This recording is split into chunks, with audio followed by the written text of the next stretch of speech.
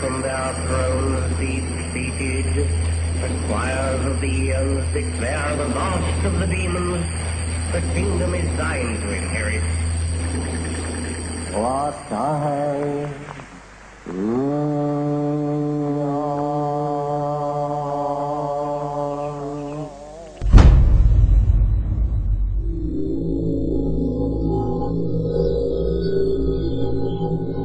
The Golden Dawn's most notorious member was a self-confessed Satanist, Aleister Crowley, who styled himself as the Beast. Crowley was one of the pantheon of cult figures portrayed on the cover of the Beatles record Sgt. Pepper's Lonely Hearts Club Band.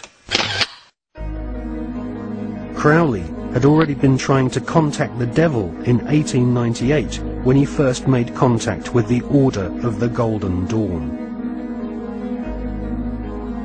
By 1900, Crowley was mingling with the elite of British society, sharing his knowledge of devil worship with leading Masonic politicians, aristocrats, and royalty.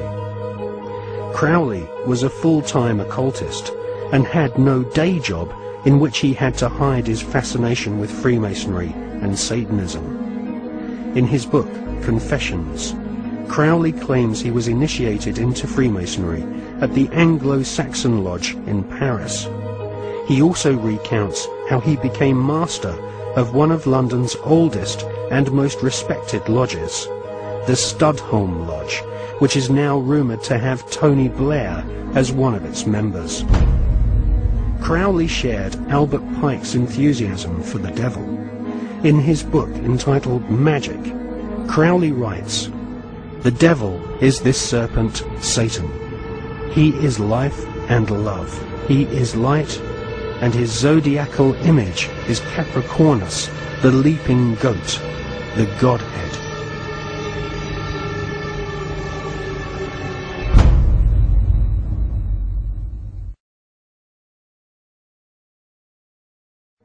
Secret societies often portray the Goat of Mendes sitting in the Baphomet position. A statue of George Washington himself, a high-ranking Freemason, shows one of America's founding fathers sitting in the same occult posture as Crowley's goat-headed devil.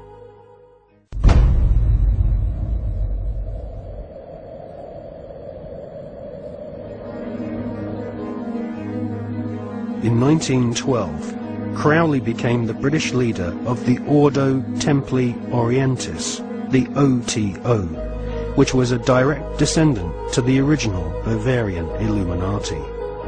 The OTO was a hardcore satanic secret society, and Crowley devised the initiation ritual around the 33rd degree ceremony of Scottish Rite Freemasonry. Crowley claimed the formation of the OTO was reconstituting Freemasonry back to its German Illuminati roots. Crowley wanted nothing less than to dance with the devil. He was impatient with the politeness of Masonic ritual. He described basic Freemasonry in the lower ranks as a sinister association for political intrigues and pirates.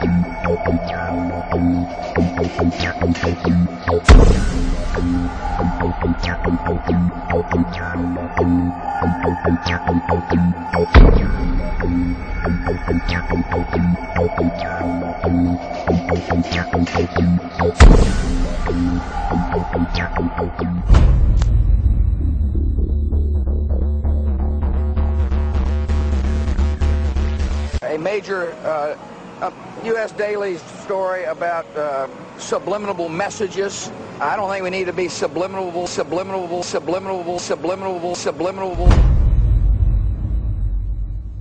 Television is a massive mass hypnotist to the global mind. And what happens is it is implanting a belief in reality by the minute, and then once we take on that belief implanted, when information enters the eyes, we edit it on the basis of that belief. And so what the global population is subjected to, suffering from, is actually literally mass hypnosis. And when we talk about people who kind of start to see things and see the manipulation they couldn't see before, what do we say about them? What do they say about themselves? They say, I woke up. Exactly what they've done. When people start to go, hey, I can see it now, it's like someone has gone along, like the hypnotist, and clicked their fingers, and it's like, oh, I can see it now. Mass hypnosis. And that is the greatest hypnotist on the planet, and that's the basis of why it was created.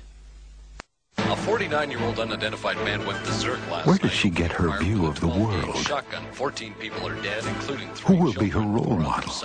Never been a better time to buy. What values will she have? Whose child is she? Yours or the network's?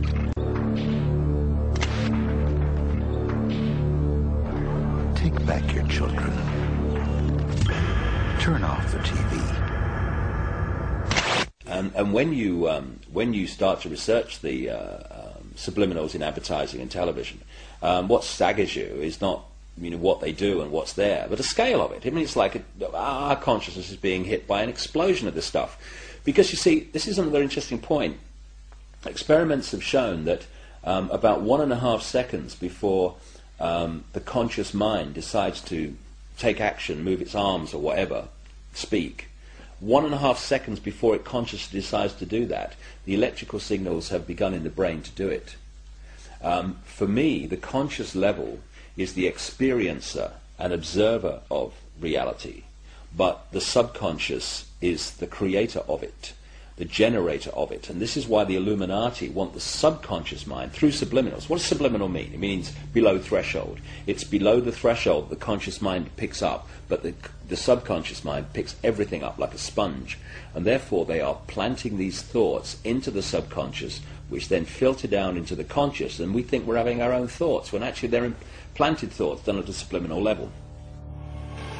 Rats were caught in the sewers a week ago. Now they're starving. When the plastic door is raised up, the rats will shoot out like bullets. It was a common punishment in Imperial China. No, do it, Julia. Do it, Julia. Not me. Julia.